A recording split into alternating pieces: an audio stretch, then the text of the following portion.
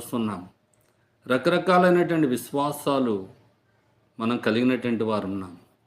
ఇంకా మనం అంటాం ఎవరి విశ్వాసం వాళ్ళదే అని చెప్పుకునే స్థితిలో మనం అందరం ఉన్నాము. చాలా దినాలుగా మేము ఈ విషయాన్ని మాట్లాడుతున్నాము. నీ యొక్క విశ్వాసము నీకుంది, మన యొక్క విశ్వాసము మనకుంది, ఎవరి విశ్వాసం వారికుంది. మన విశ్వాసాలు మనకు ఉండటము తప్పులేదు, కానీ దైవ ప్రేమను బట్టి మిమ్మల్ని అందరినీ మేము ప్రశ్నించే ఒక ప్రశ్న ఏంటంటే, నీకున్నటువంటి విశ్వాసము నేను ఎంతవరకు నీకు ఉపయోగపడింది?